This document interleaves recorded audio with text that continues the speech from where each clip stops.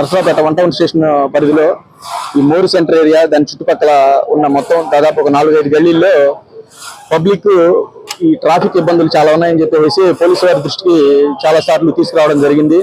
దానిలో భాగంగానే ఒక 1 వీక్ నుంచి ఇక్కడ స్పెషల్ డ్రైవ్ నిర్వహించడం జరుగుతుంది. ప్రతి ఒక్కరు కూడా షాపుల వాళ్ళకు కూడా ఎవరైతే ఎంకరేజ్మెంట్ చేస్తున్నారో వాళ్ళని తీసేసుకోండి మీరు అని చెప్పి వాళ్ళకి కూడా చెప్పాము.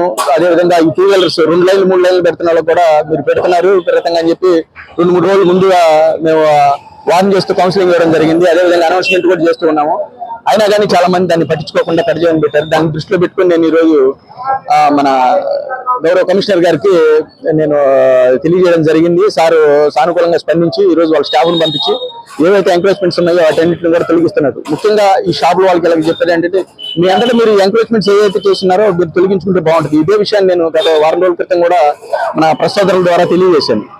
కాబట్టి ప్రతి ఒక్కరు కూడా మీ ఎంకరేజ్మెంట్స్ ఏమన్నాయో మీరు దయచేసి పోలీసు వారికి అదేవిధంగా మున్సిపల్ కమిషనర్ వారికి సహకరించి మీ ఎంకరేజ్మెంట్ తీసుకున్నట్టే జనాలు ఎవరు కూడా ఇబ్బంది పడకుండా మూవ్ అవడానికి అవకాశం ఉంటుంది. మన ఈ ఏరియాలో ముఖ్యంగా బ్యాంక్స్ బాగా ఎక్కువగా ఉన్నాయి. బ్యాంక్స్ దగ్గర కూడా ఎక్కడైతే బ్యాంక్ ఉందో ఎదురుగానే పెట్టేస్తున్నారు. మీరు ఒక 10 అడుగులు నడవడం వల్ల మీకు ఆరోగ్యానికి మంచిది. ఎక్కడ ఖాళీ ఉందో వెహికల్ అక్కడ పెట్టుకొని ఆ బ్యాంకుల దగ్గరికి వెళ్ళడం అలవాటు చేసుకోండి. ఆ అలవాటు చేసుకోవడం వల్ల మీరు మీ తోటి వారికి కూడా మీరు సహాయం చేసిన వాళ్ళు అవుతారు. కాబట్టి ట్రాఫిక్ నిబంధనలు ప్రతి ఒక్కరు పాటించి పోలీసు వారికి సహకరిస్తారని చెప్పి సందర్భంగా తెలియజేస్తున్నాను.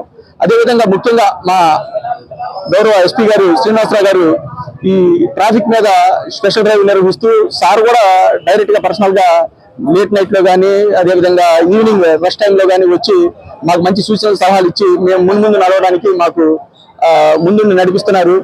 అదేవిధంగా ప్రజలందరూ కూడా సహకరించి ఈ కార్యక్రమంలో భాగమయ్యి పోలీసు వారికి సహకరించి మంచిగా ట్రాఫిక్ నిబంధనలు పాటిస్తారని చెప్పేసి కోరుకుంటున్నాను. Thank you.